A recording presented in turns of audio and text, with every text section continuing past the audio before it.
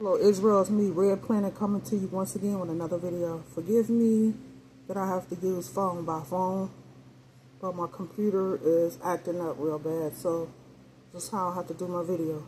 But let's listen to Woodward TV speak about Dragon's Eye. This is fair use, Woodward TV. Let's get into the video. So a viewer sent this one to me. Shout out to NatNat8907. Thanks, Natalie, for sending this to me. Now, I have seen this before, but I don't believe I've ever talked about it on this channel before. Now, this is something most people have never seen with their own eyes, because technically, you're not even supposed to be there. This is not a new discovery, and I'm sure several of you have seen this before. Deep underground in West Lancashire, England, roughly near Upholland, Spanish Wigan, there's this strange, almost perfect circular formation inside an abandoned mine. Locals call it the Dragon's Eye. And trust me, it looks exactly like one. But here's what's strange about this.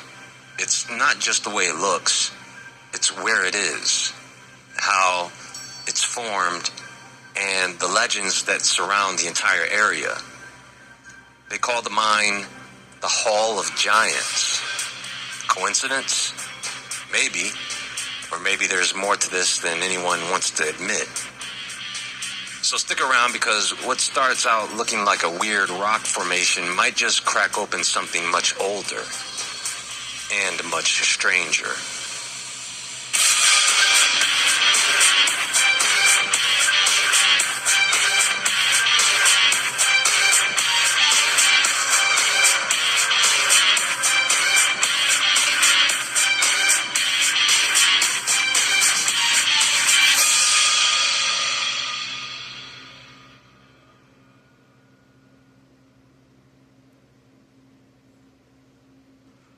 Now, in order for some of you to absorb this information, you're going to have to keep an open mind and maybe even suspend disbelief, because we're not really talking about giants here. We're talking about Titan monsters. Creatures so massive that it's almost hard to comprehend how something like this could ever exist. Whether you believe it or not, or have an alternate mainstream scientific explanation, that's cool. For this presentation, I just encourage you to step outside the box. Look from an alternate perspective, and whether you take this seriously or just look at this as entertainment, that's okay. I'm just here to report what I found. So, those of you who are familiar with Roger from Mud Fossil University, he's usually the one I refer to when it comes to things like this, because he's way more familiar with this topic, and I love the way he explains things, as fantastic as they may seem at first. So let me take you to a clip from a video he did on this Dragon's Eye some years ago. The video has 181,000 views, so there are a good number of people who are fascinated by this. Take a look. Fun day at Mud Fossil University. I've been looking at this for years now. This Dragon's Eye, and I had no clue really too much about it. I just looked at it, and I originally thought it was just a stone tendon ball. However, I do believe it is a Dragon's Eye, and I got popped with a couple of hits this morning. This came from Christina Kruger, I believe was her name. Christina Kruger, I believe it is. Anyway, she sent me this saying, take a look, see what you think. So, let's take a look. I'm sorry, it's Christina Cooper. You shipped same-day delivery when your fridge is empty, but your calendar is full. Give yourself extra time while... I'm sorry, it's Christina Cooper. And this is... Look at this very carefully. See this, how squared off that is? How amazingly squared off that is? And I have other shots of this from different perspectives. And a couple of guys just did a video about going in here. Now, look at these layers. You see the size of this thing? You know how many layers there are? There's a bazillion. I think that's a technical term.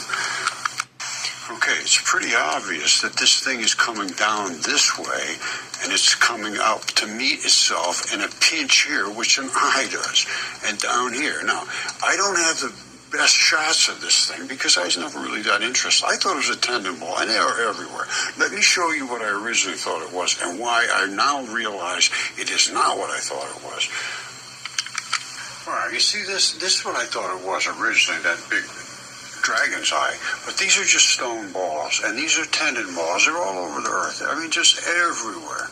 And they are serviced by blood, and they erode sometimes, just like that did.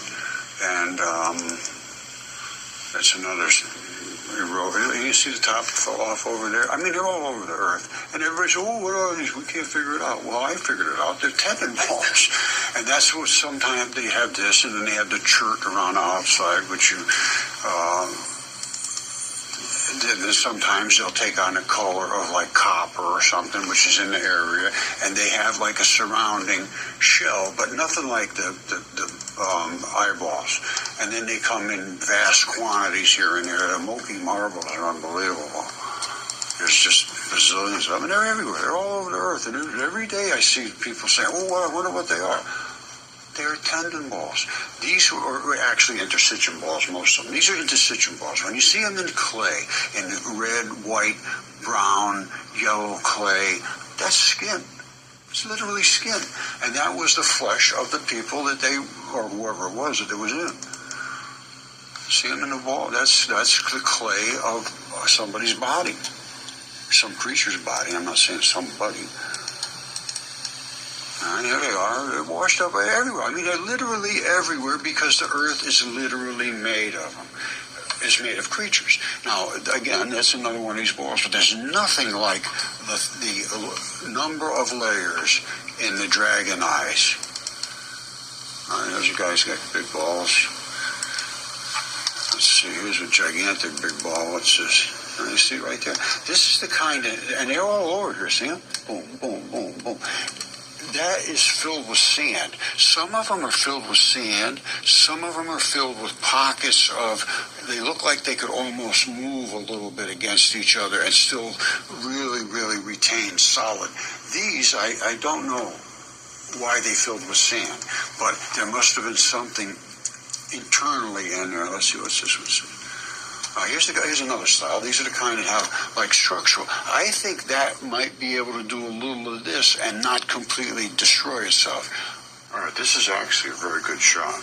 Now, this is the top of the eye, I believe, and it obviously comes running over this way and over this way. We saw all of the different layering of the lens or the cornea or whatever it was, and you can see there's an extreme difference between the types of tissue as you go deeper and deeper and deeper. Now, let's look at a little lower here, down where they are. Now, I want you to pay close attention to this, because you can, and I do too. I could jump over things. Wow, look at that, and I go on. Wow. If you take your time, you see things that are quite interesting. You see the texture and the curvature of the tissue here, and then you see this. There's no reason for that to be exactly blocky like that, except that it is part of the blockiness, first of all, of anatomy, but secondly, it is, I believe, one of the muscles that twisted that eye up and down or this way or that way. Now, secondly or thirdly or sixthly or whatever it is, look at this right here. You see that? You see that? You look at this and you think, wow, they're really thin little layers, because there's a bazillion of them. But look at this. They get to be almost paper thin. There's one right after the other. And I find this in my... hold on, I'm going to get something. Hold on. Okay, I got the microscope fired up. I got a ton of dragon samples right here, and I will show you, and you will not... Well, there is one right here. There's a dragon scale. That's a scale from a dragon. That locked it in right there. And that right up in here is the blood supply. And we're going to be looking at that in the microscope. You'll see it. And I have a ton of different ones. And I'm going to show you how many layers, when you see how many layers of tissue is in these, I believe that's another dragonish thing. Here's another one that we're going to be looking at in the microscope. You see how many layers there? You can't even believe. And that is biological. That's not just a bunch of sediment laying there. That's a biological sample. And this is a feather. I'll show you.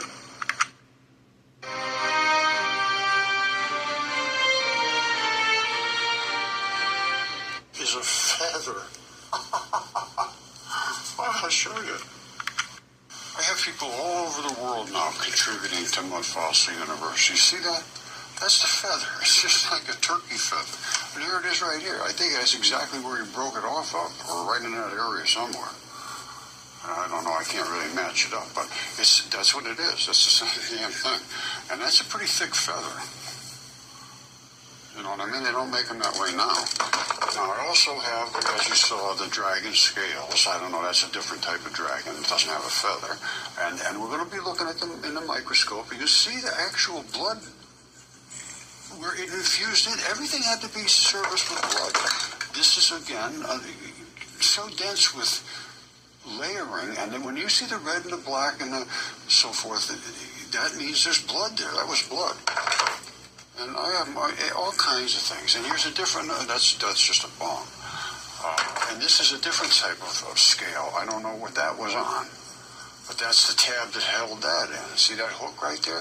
So it hooked into something. And then it, as that flew, it laid in another channel. And another one hooked in and hooked in. The same thing that this did. But only upside down. I don't know. They did a lot of different dragonish looking things on the ground. And I want to show you the microscope. You're going to see all of that layering.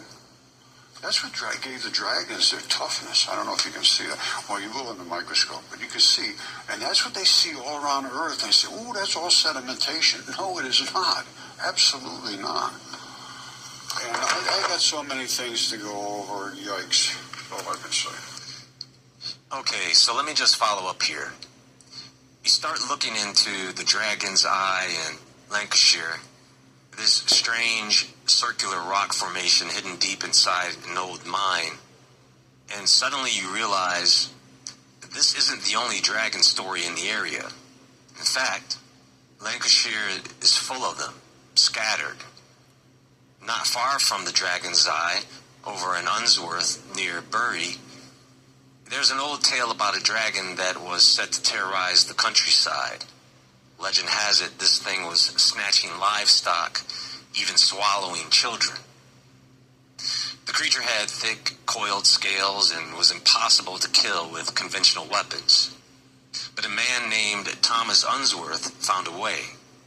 He packed a musket with a dagger instead of a bullet, aimed beneath the creature's wing, and brought it down. The story left such a mark that carvings of the event ended up on family furniture in Unsworth Hall. Literal dragon-slaying scenes on an old oak table. Then there's the legend of the Runcorn dragon. This one's a bit weirder. It had stripes like a tiger and lived along the banks of the River Mersey. Locals say it hunted at night, pulling animals into the water. One farmer disguised himself in a cowhide, walked right into the dragon's path, and struck it in a vulnerable spot with a blade. He didn't run, he didn't trap it, he baited it. Who does that? But the beast died and the story faded. And just a little further out in Lim, there were stories of something hiding in the sandstone cliffs. Some say it was a dragon, others call it a serpent. But the location matches up with a natural cave system where strange lights and sounds have been reported for generations. What's crazy is that these stories always involve hidden spaces, caves, cliffs, tunnels, places beneath the surface. Just like the Dragon's Eye, just like the Hall of Giants. So maybe these tales were never just myths. Maybe they were warnings, or maybe they were memories of something forgotten, something beneath the hills of Lancashire. Here's where it gets even stranger.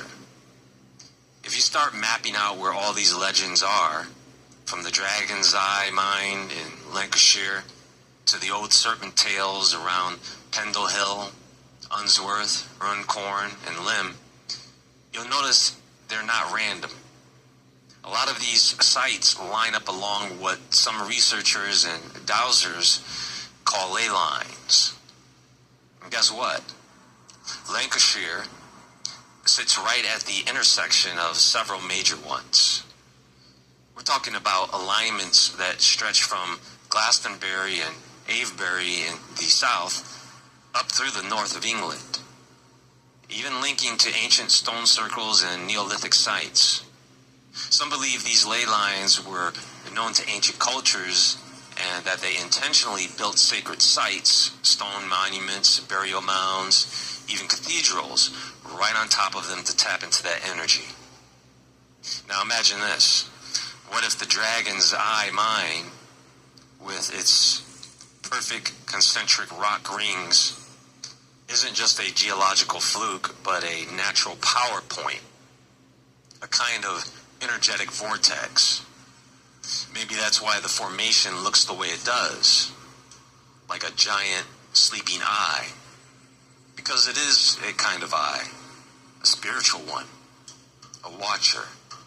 Some have said that the dragons of old weren't just monsters, but guardians of the Earth's energy, stationed at these powerful nodes to protect them, or in some stories, to control them. And maybe that's why so many of these legends involve sleeping dragons beneath hills, or serpents coiled beneath the land, because they were tied to Earth's lifeblood. The Hall of Giants, that name alone feels symbolic. Giants, watchers, dragons, these are archetypes we see all over ancient stories. And when you realize that this mine was carved deep into the earth, right along these ley lines, in a place full of strange lore, you start to wonder, was it just for stone? Or were they digging into something much older or sacred? And maybe, just maybe, the reason locals are so protective of the Dragon's Eye isn't just because it's a fragile rock. Maybe it's because deep down, some people still know what it really is.